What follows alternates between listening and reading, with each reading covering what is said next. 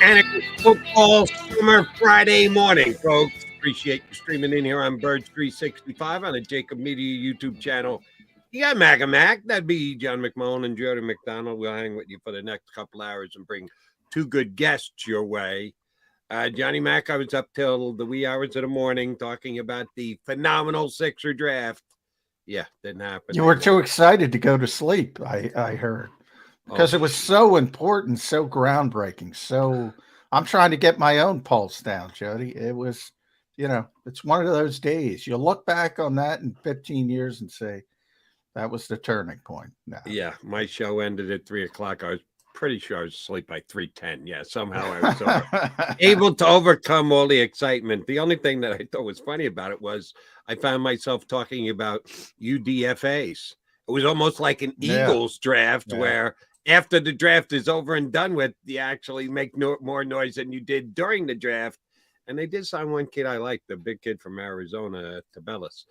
He's a pretty damn good player in the Pac-12. So, no, they didn't move the needle much last night with their UDFAs, but we will put the Sixers to bed for until James Harden decides what the hell he's going to do. A while. Not necessarily. I want to ask about the dichotomy with Marcus. We're going to have Marcus Hayes, so I'll get some Sixers in there. The dichotomy of the Sixers, the Eagles, the way to build teams. I think he's interesting to talk about with that because he obviously has got his toe in everything when it comes to the city and professional sports. But yeah, we're Eagle centric, but I do think it's valuable to compare the mindset of the Eagles, who are the most successful. Let's be honest, they're the most successful team in this city.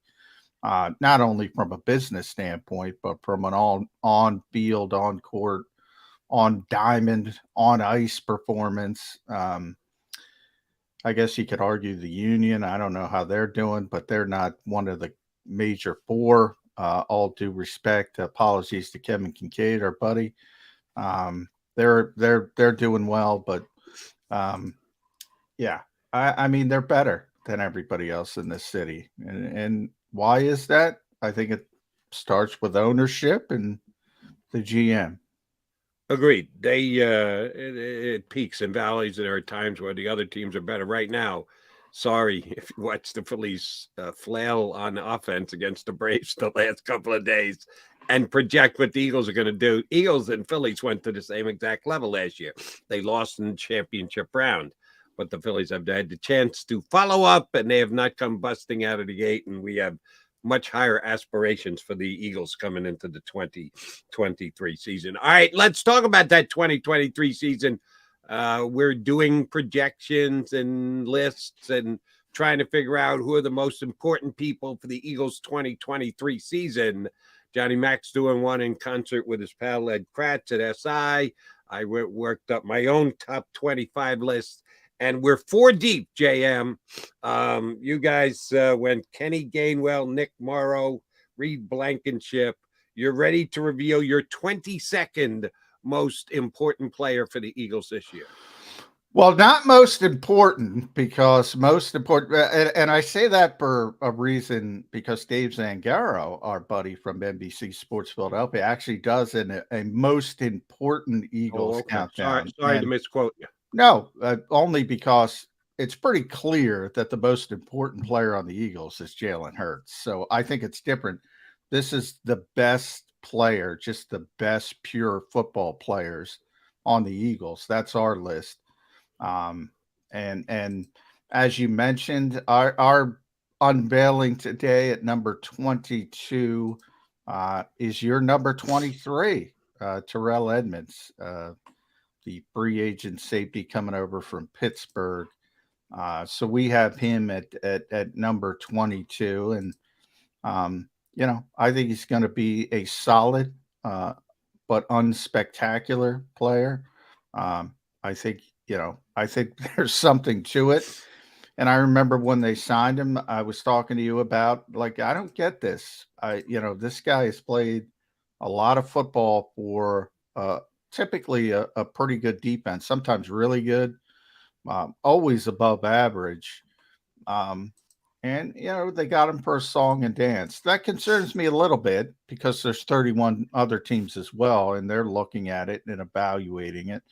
So I'm not going to come on here and say this is a great player by any stretch of the imagination. But when I talk about the concerns on the back end of the defense, I'm not as concerned with him as some other players back there. Well, the Eagles had to bring in safeties from outside because they lost both of their starting safeties. Watch both of them walk away via free agency. So the Eagles had a little bit bigger need than other teams. Other teams didn't have needs like the Eagles, and that's why they weren't willing to bid for his services. But I'm with you. I still think the Eagles got him on a cheap side. They have other guys that came in even less expensive than he did, Nicholas Morrow. But Edmunds got an okay at best payday. Interesting. You've got Reed Blankenship 23 and Terrell Edmunds at number 22. Exact opposite for me. I had Terrell Edmunds at number 23, and I'm going to put Reed Blankenship ahead of him. Both of the safeties go back to back for yours and mine. I'm going with the younger of the two guys because of the things you said about Edmunds. Not the perfect fit for the Eagle defense. But then again, do we even know what the Eagle defense is going to be? We know, generally speaking, it's going to be very similar to the one that's been run the last 2 years, that Nick Sirianni has been the head coach, that he and Jonathan Gannon had a like vision of what the defense was supposed to be. And we assume that it's going to be the same. But he did hire the new defensive coordinator to run his ship. It'll be interesting to see how many changes. And if a guy like Edmunds is the type of player that you can see some of those changes through, I guess I'm going a little old school here by saying Blankenship, who's got more upside. I think Edmunds is what he is. I think we know what he is. He'll be either the same fit or a slightly better fit or a slightly lesser fit here. I think Reed Blankenship's got more upside, and that's why I would rate him above him. It just so happens that they fall back to back on both my list and your list. I've got Blankenship ahead of Edmunds. You got Edmunds ahead of Blankenship. Yeah, and you can argue both ways. Certainly, there's more probably upside.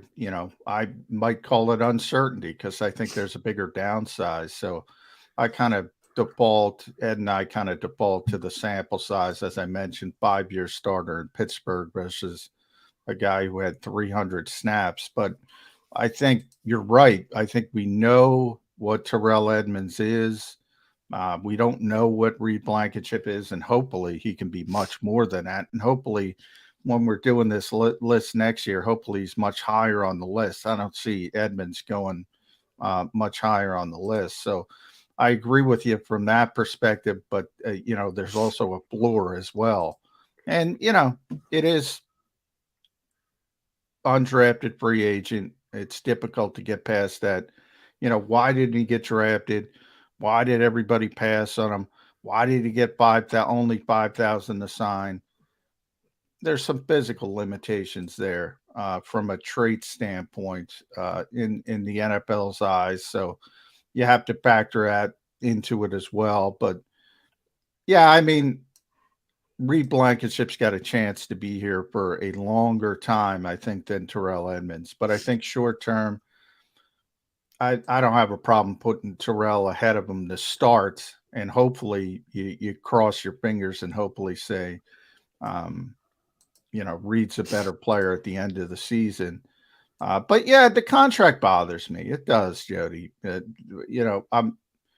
Let's see, 1, 2, 3, 4, 5, 6, 7, 8, 9, 10, 11, 12, 13, 14, 15, 16, 17, 18 players, 18 safeties this year got better deals than Terrell Edmunds. That bothers me. And he's only 26, and I can't figure it out. The other guys, I can figure it out. Greedy Williams didn't perform. Justin Evans, ton of injuries. Some of the Nicholas Morrow, it's a safety from is Greenville University. I have to look it up. I don't even know. I mean, I think it was Division 60 football. The other guys I can figure out. Edmunds, I can't figure out. And it does concern me because obviously these guys, and I'm not talking about just the Eagles, I'm talking about the other 31 teams. They do this for a living. The personnel departments and forget about Jesse Bates and Von Bell and Juan Thornhill and Donovan Wilson, who are at the top of that list of guys who signed this year, and CJ Gardner Johnson, who kind of screwed himself out of a bigger deal by thinking he deserved more. Um, Marcus Epps got $10 million more than Terrell Edmunds. What's going on? I don't know. I don't know. And good on Marcus, because he earned it when he was here in Philadelphia and getting paid by the Raiders. Last reason why I'll tell you that I put Blankenship ahead of Edmonds, and this is just a field thing because there's evidence to the contrary.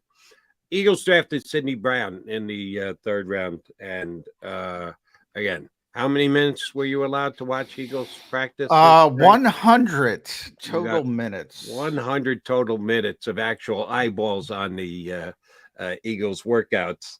And some people sung the praises of Sidney Brown, aggressive to the ball, playmaking. Again, very small sample size, but it was what it was. And I think if he cracks the lineup, if he fights his way into the Eagles starting lineup, if he's playing more plays than expected, I think it'll be Terrell Edmunds that's coming off the field, not Reed Blankenship. Even though Edmunds is more of the prototypic box safety, as we like to call it, the guy who's going to be more helpful in run coverage and not necessarily having freedom on the back end to try and make a play, even though that seems to be more of Reed Blankenship's job. I think they're going to move Blankenship into Edmunds' spot and let Sidney Brown play the way Sidney Brown plays. I don't think they're taking Reed Blankenship off the field. So if Brown fights his way onto the field, I think it's going to be Edmunds who pays the price. Yeah, I'm kind of the opposite on that. I think Terrell's going to be a starter. I think the only way Terrell's not a starter is if something similar as last year happens, in that he's in the Anthony Harris position. In other words, I did something else, sort of locks and likelies and long shots for the Eagles roster and how many people are locks. Locks to me means 100% you're going to be on the team. I didn't put Terrell Edmunds in the 100% category because if something happens, if they require a safety, I could see him going similar to Anthony Harris. He was the starter on August 29th, and he was out the door on August 30th when I got CJ Gardner Johnson, because he's not going to contribute on special teams. They ultimately brought him back on the practice squad a couple times, but you get my point. I'm not talking about practice squad. I'm talking about 53-man roster. Yep. You can go from starter to out that quickly. All these guys, the 1 year, $2 million guys, Rashad Penny at running back, they can get rid of them easily. Any of those guys they can get rid of easily. So I can't put them in the lock category, but if they don't bring somebody in, I think he's going to be a starter. I really do. And part of the box versus post safety, look, in theory, he's a box safety. In theory, Sidney Brown's a box safety as well, because that's what he played at Illinois. But that's not what the Eagles are looking at him. And that's the evaluation process, more so with Sidney, because he's a young player, where you think, okay, well, is Terrell going to play post safety all that much? Yeah, he is. Now, Pittsburgh has the best free safety in football, the best in Minkah Fitzpatrick. So maybe he can do it, but he's not going to do it at the level of Minkah Fitzpatrick. And they don't play the Eagles style of defense. They don't play the Fangio style of defense. They have the more designated safety position. So get on the field, you got to play the other spot, because Minkah ain't moving, nor should he. So that's part of it. And then when you're talking about the differences between Jonathan Gannon and Sean Desai, the scheme's not changing.